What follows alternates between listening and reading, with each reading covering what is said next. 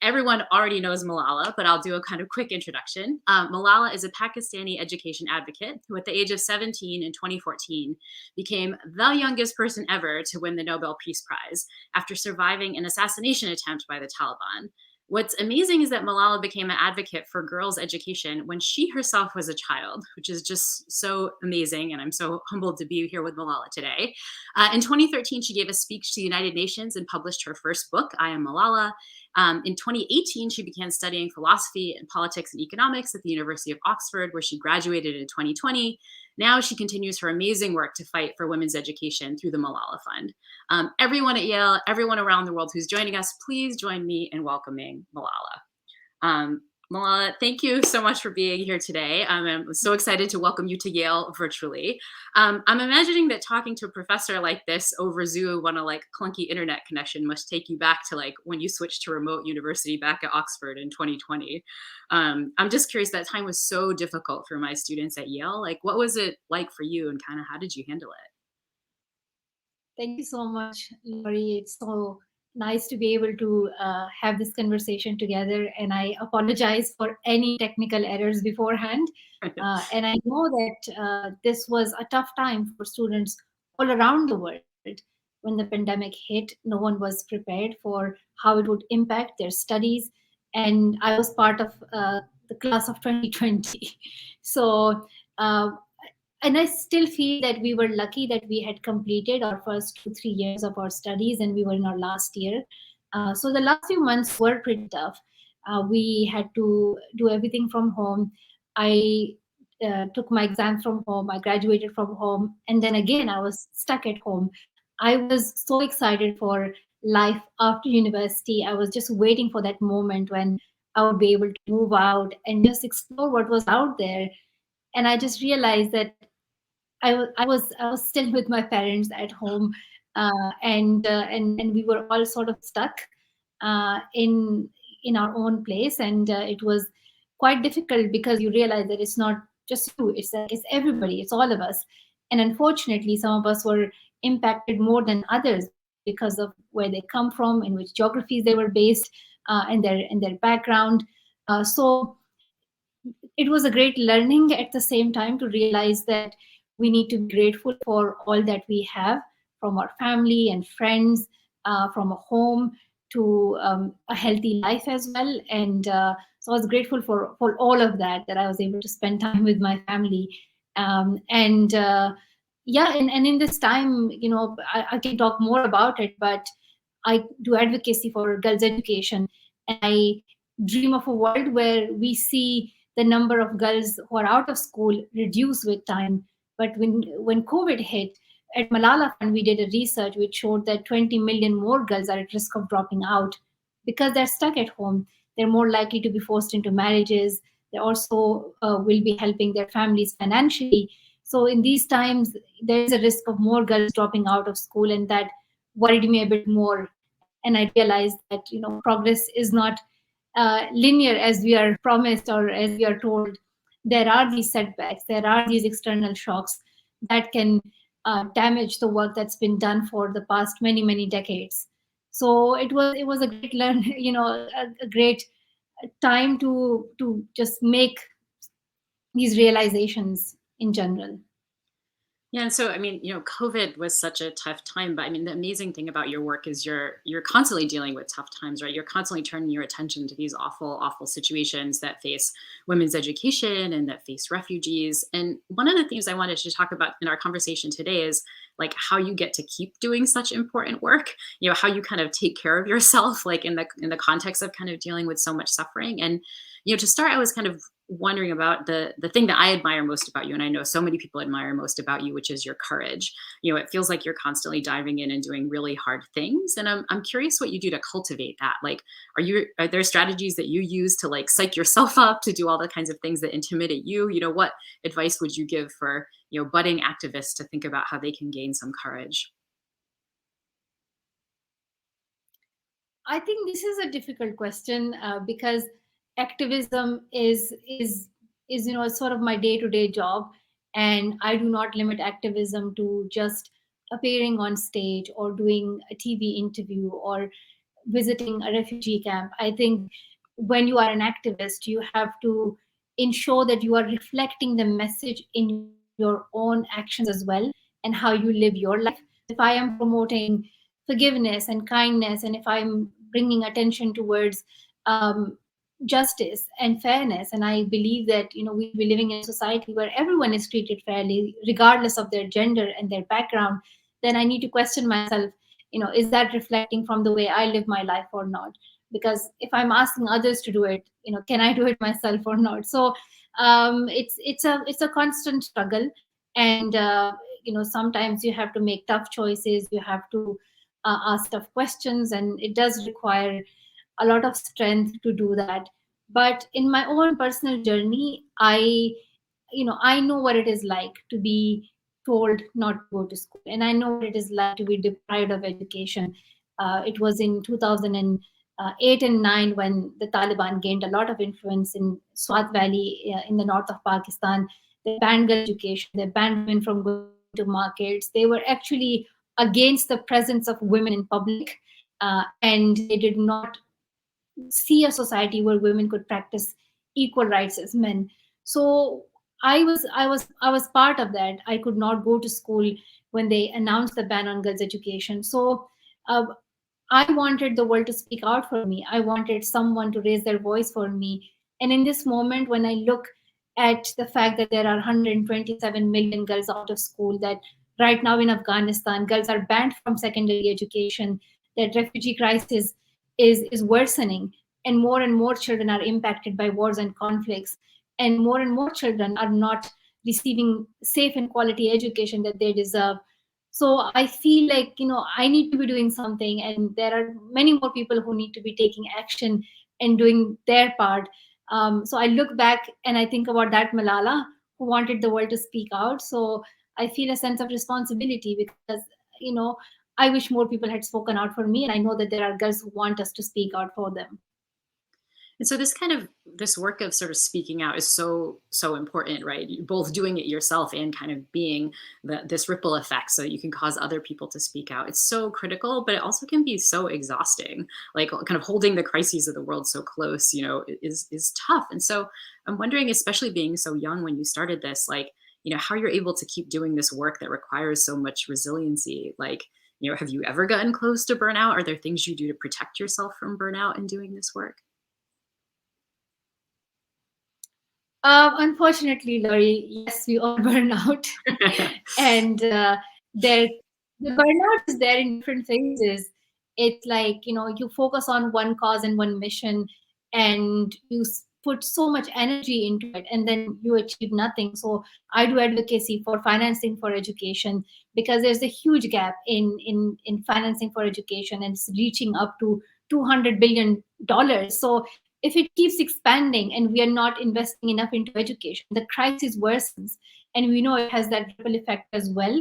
Our health, our economies, gender equality, all of these things are impacted when we don't invest in the education of girls and the quality education of all of our children.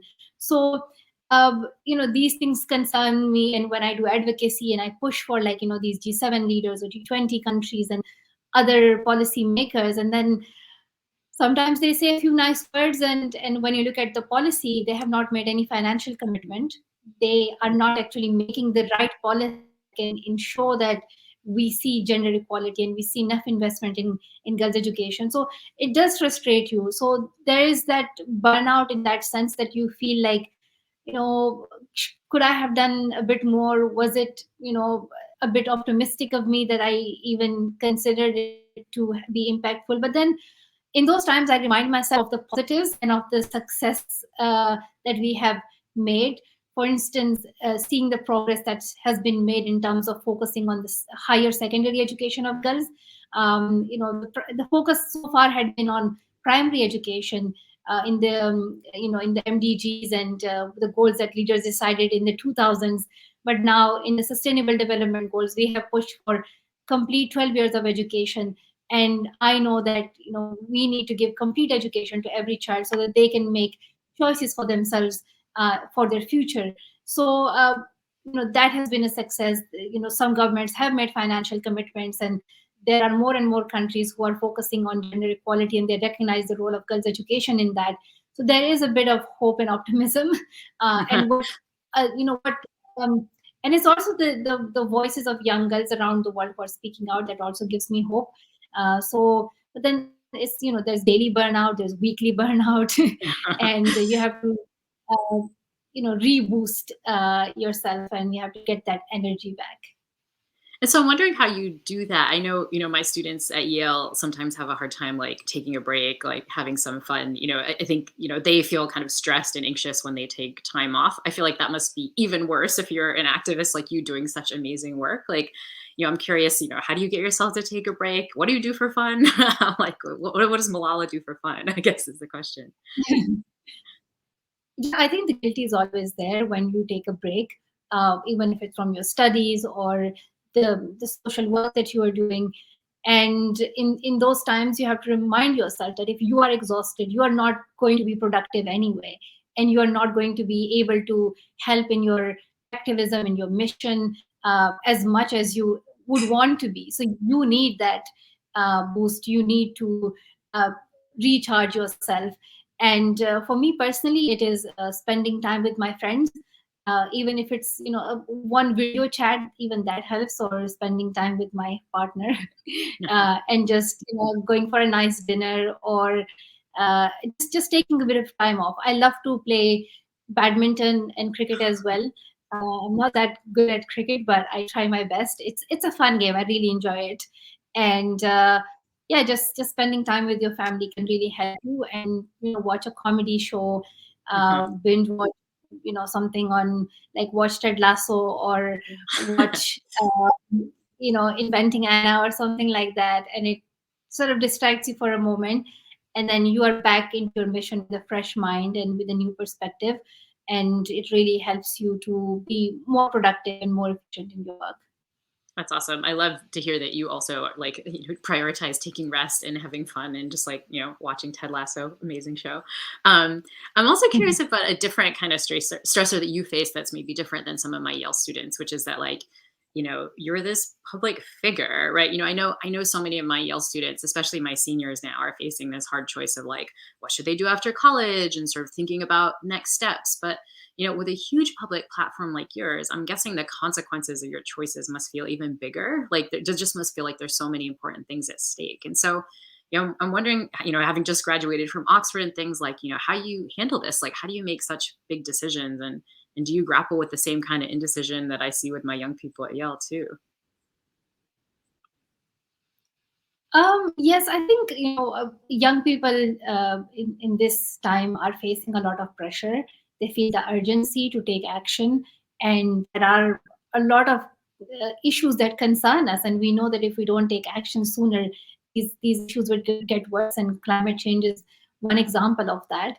And we know that each and every day, like we lose lives, and people lose their homes if no action is taken. And then there are these conflicts going on as well. If you look at Afghanistan and Ukraine and other countries, that's another thing that concerns us. To just I think with this generation, we do dream of a better, fairer, kinder, more peaceful world, and it still really frustrates us to imagine that we still exist in a world where wars are happening, where people are not actually understanding how for some economic gains we put the lives of people at risk, and that we are still discriminating against people based on their gender, based on their skin color, based on their background, on their income level. So, and but I'm really happy to see that young people are concerned about these issues, and that they care, and that they come out and they take action, and that they believe in themselves. We look at the activism that these young people are doing, especially for climate change. It's awesome. It's amazing. And I look up to especially the young women, Greta and Vanessa and others, who are leading these climate movements, and they believe that and it needs to be done sooner. But I think at the same time, it's really important for young people um, to prioritize their own learning, their own expertise as well, because with time you realize that you also deserve to be in those positions of power. You also deserve to be in politics. You need to be the CEOs of the future. You need to be the prime ministers and presidents of the future. You need to take the roles of ministries as well, and you are in a best place to make those decisions that can actually help people. So I do encourage young people to take a role in in these organizations, in politics as well.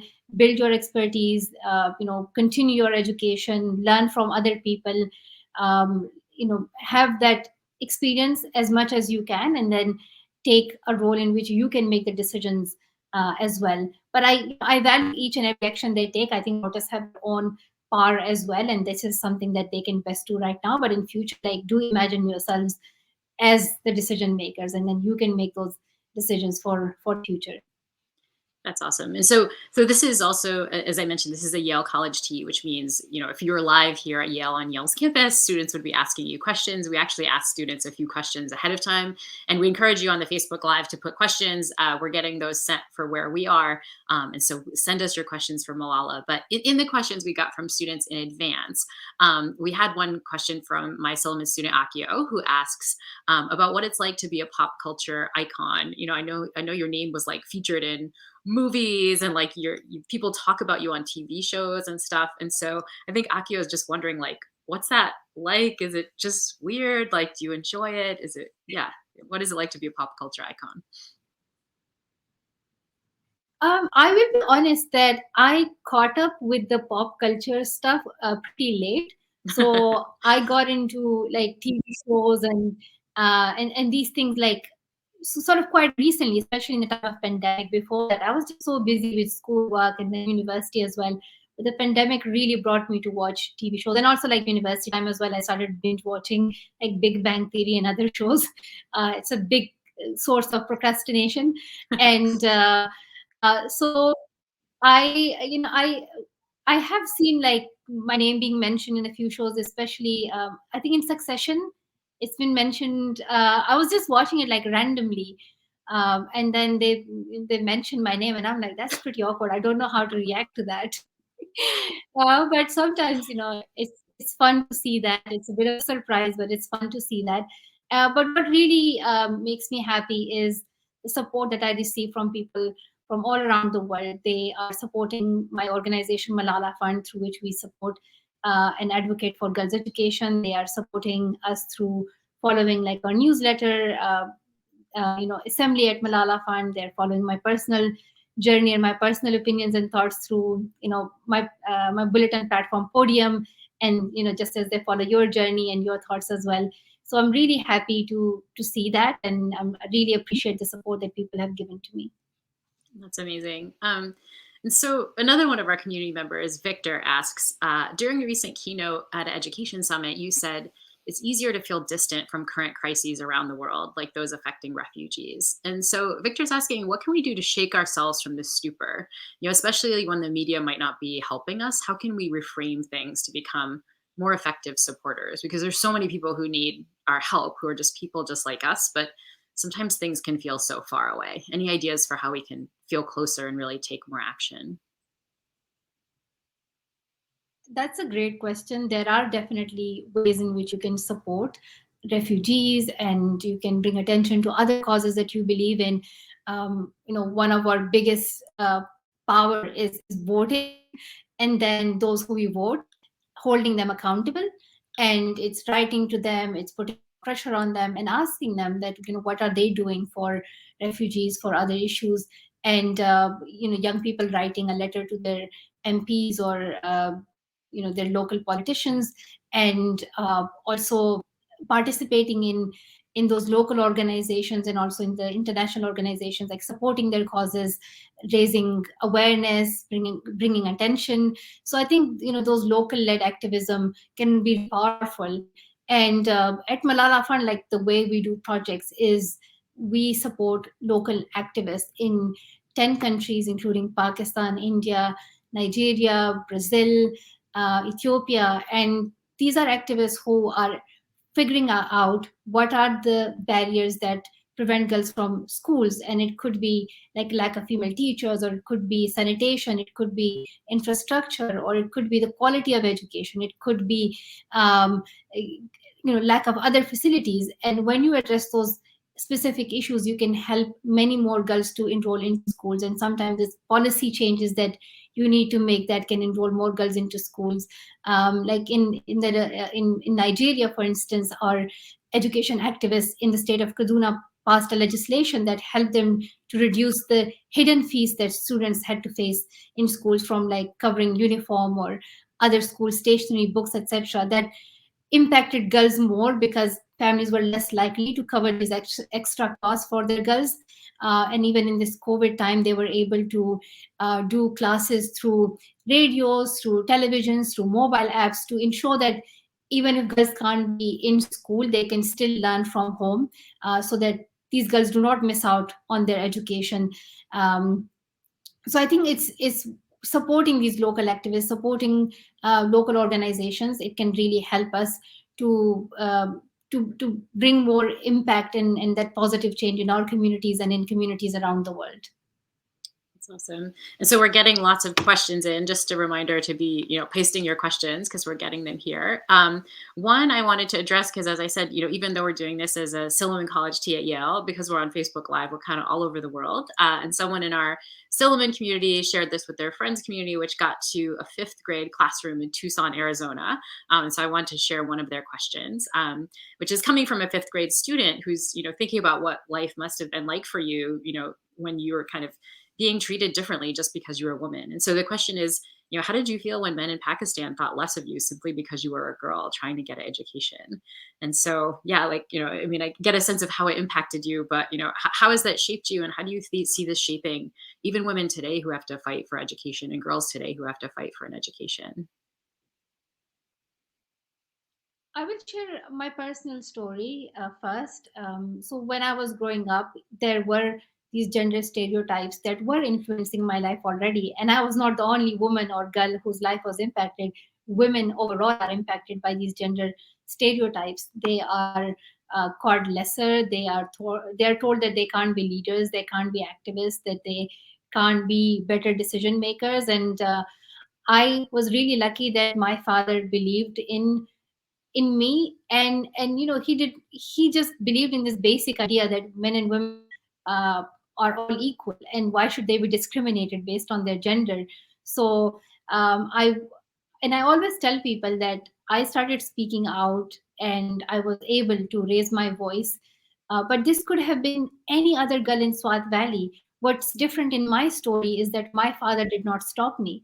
There were so many other Malalas out there who could have raised their voices and who wanted to, and who even had started, but their brothers, their fathers, their male family members stopped them from speaking out. So sometimes it's the small step of not stopping women. Don't be a barrier in women's way.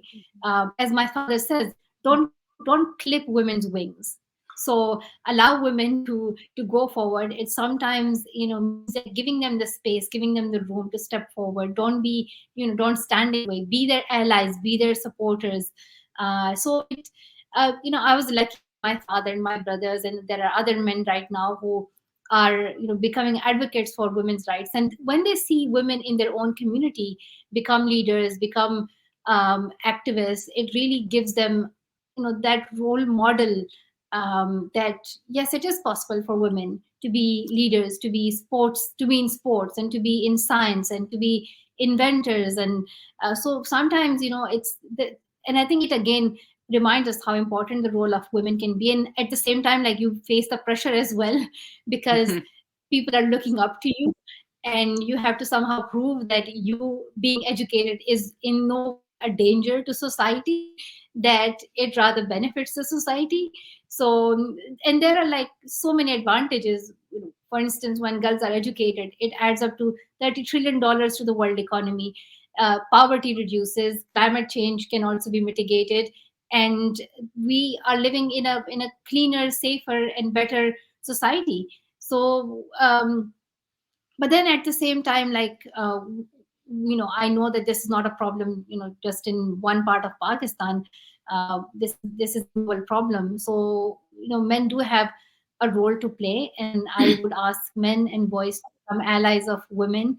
Become allies of your sisters, your mothers, your wives, and other your female colleagues and friends. And whenever you see that there is something going wrong, and people are being sexist or they are discriminating against women, like, do step up. Your voice can really be powerful, because other men do listen to you. So when it comes from you, it can be pretty impactful. And this is something that my father does when he speaks out to other men and other fathers about why they should educate their daughters. Like, it's really impactful when it comes from his side. But that's a good question. Well, this one kind of builds on it. This is from a soon-to-be Yale student. You're coming to us virtually at our Silliman College Tea during our pre-Frosh days, which are called Bulldog days. So all students who are admitted to Yale and deciding whether or not they come, you're hoping to convince them that Yale is cool and we have fun conversations. But one of these students is asking you how you kind of convince people to be allies, or how you deal with people who have different perceptions than you. So if you meet somebody who disagrees with you, what can you do to open up conversation? Especially in this time where there's more and more cancel culture. How do you change people's minds and get them to see the light? I would say this is not an easy question, and this is something that's on my mind all the time. It is a tough question. I think, in my personal experience, um, things do change with time, and sometimes it's not a conversation that actually changes people's minds and perspective. It's the time that they spend with you. It's the more experience that they have with you that can really change their perspective. Because, as I mentioned, even our activism for girls education was initially seen as an external idea, as a foreign idea. And with time, now that I am educated, that more and more girls are receiving their education, and it doesn't make us like any different. We're still the same women. I'm really proud of my culture and my religion, and I don't leave any of that behind. And I want to tell people that, it's like these ideas are universal, and we should not really associate it with, like, some sort of like a foreign idea. Like, you can make equality and fairness as part of your own culture as well. And in fact, like, your culture and your religion is also promoting these ideas. So like, things do change with time. I'll just give one example. So, well, I'll give two examples. One is when is of my father's cousin, who had worked on our family tree. And at that time, I was born, I was the first daughter in my family. And when my father's cousin showed that family tree to my dad wrote down my name. And his cousin was like really surprised, because that family tree was full of men's names. It's not that we did not have women in our family, but women were not recognized as part of that family bloodline. And he was quite shocked, like, why would you write a woman's name there? Like, it's silly. But then, like, today, that cousin of my dad is so proud of me, and he supports us, and he believes why it's important to educate your daughters. And the same was, the case with me as well. Like, one of my very close family members, he was asked by my dad to take me to this press conference. And somehow, like, I needed a male companion to take me. And he was he was pretty frustrated, and he complained to my dad that Malala should not appear in front of TV cameras, and she should at least sit in the house, or at least she should cover her face. Like, it's a shame to the family. And he was facing a lot of pressure from other people in the community. But my father stood up for me, and he told him that it was none of his business, and that I can make any decision for myself. But today, that same family member is the biggest supporter of mine, because they realize that education is sort of beyond these personal opinions. And it's something that not only benefits women and girls, but it benefits communities as well.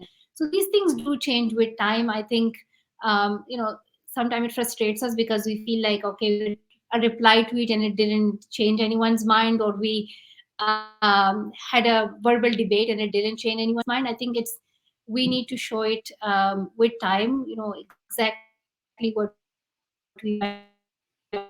When people are exposed to more experience, more opinions, it really helps them. So it's good to like be open to more opinions and perspectives. And I do that for myself as well. I don't believe like I'm so, we sometimes have this idea like we're the righteous ones and we're on the right path, and whatever is against, whatever is slightly in disagreement with our opinions is sort of wrong.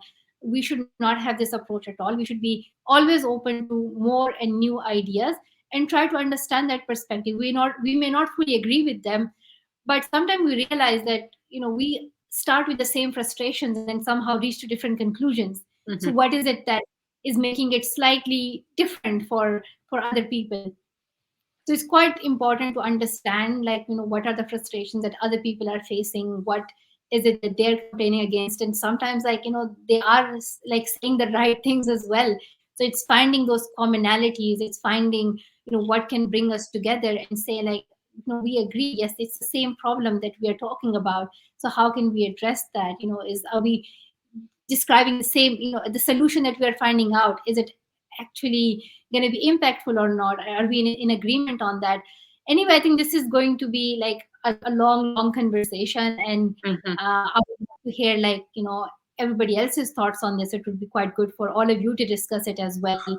How do we change perspectives, how long Mhm. it takes, how do we handle with the frustrations? No, that's great. And I think that that connects to another question that we just got, which is, how we, as mostly folks listening to right now at Yale University, can kind of take part in this conversation without kind of doing it the wrong way. And so one Yale student asked, how do you suggest people from the global north, from elite institutions like a place like Yale, like how can we get involved in advocacy for girls' education without it being kind of colonialist or paternalistic, right? We don't want to, it's yucky to sort of think about, like, people from the West going to liberate Muslim women, like these have yucky connotations. And so, how can well-intentioned students who just happen to have identities, in the West or be part of these elite institutions, how can they help in a way that kind of doesn't have as much of a, colonialist bad side, I guess? I think this is a good question, and I think there are ways in which we all can find a role for ourselves. And like even for me, we have an office in DC and an office in London, but also an office in Nigeria and Pakistan. But like now that I'm I know that I'm not exposed to the culture and and the economy and the politics of every country. So I don't know how to fix girls' education crisis in Nigeria or in Brazil. I may have more experience in Pakistan, but not in the other countries. And the best way to actually push for these changes is to support local activists, those who are Mhm. doing advocacy in those provinces, and those who are doing advocacy on a national level as well, and also on a global level. So they identify the problems and they are in a best place to address those problems as well. So supporting local NGOs, smaller NGOs can be very helpful.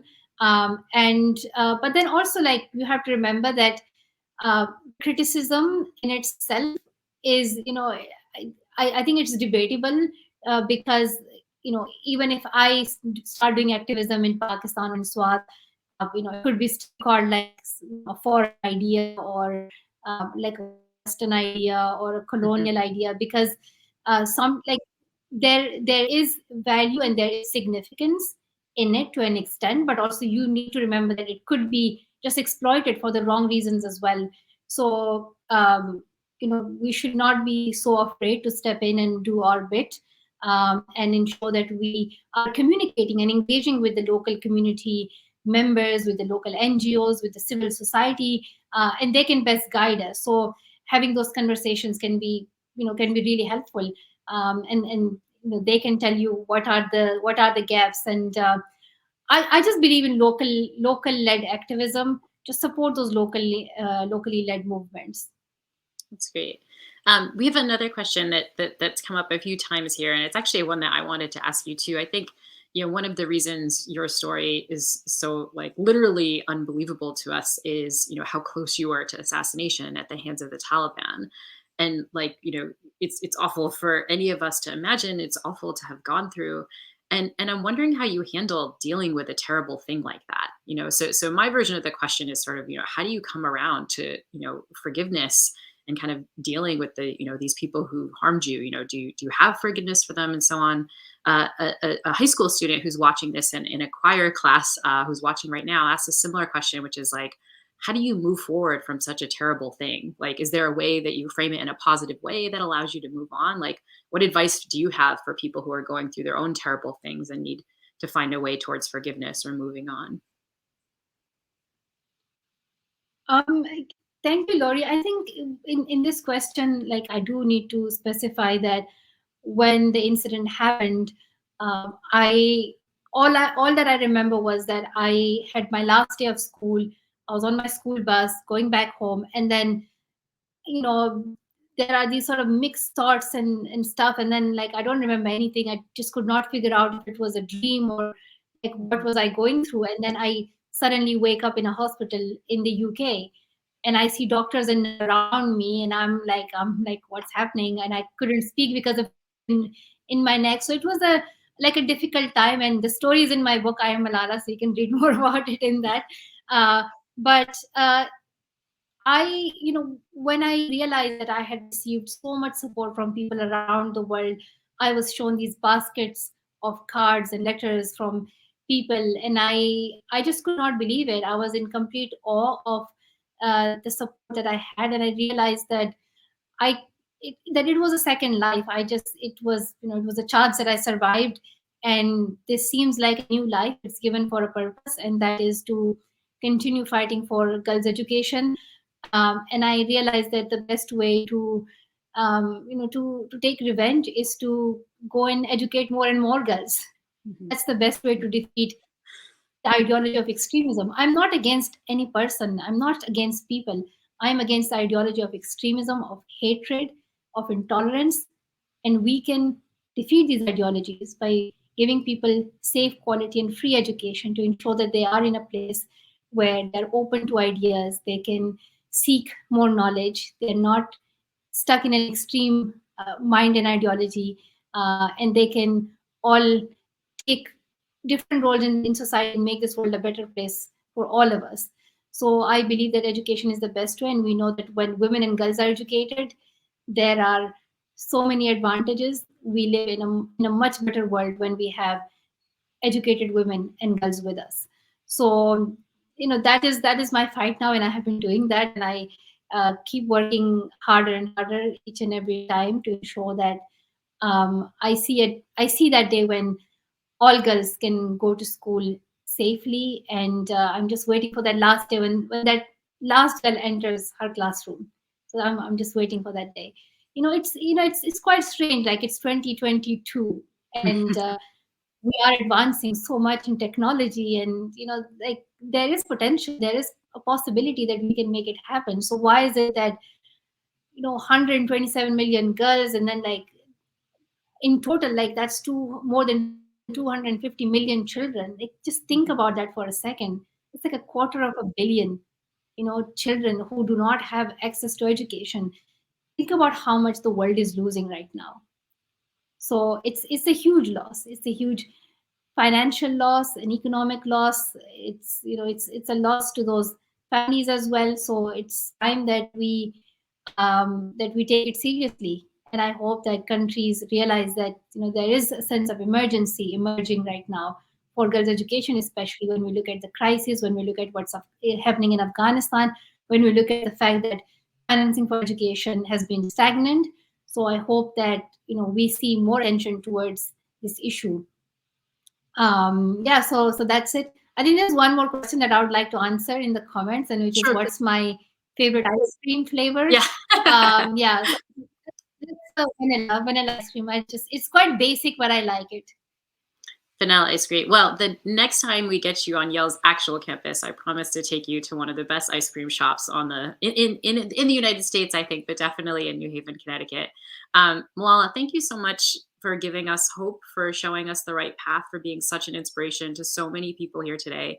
And thank you so much time for taking your time out of your busy schedule to come here to Yale to chat with us. Thank you everyone for joining. If you haven't yet subscribed to Malala's Bulletin, you should do that. Just head on Meta and check out Malala's Bulletin and subscribe so you can hear more of the kind of amazing work she's up to with the Malala Fund and beyond. Thank you all so much. We're going to sign off for now, but thanks again. We'll see you all soon. Bye. Thank you.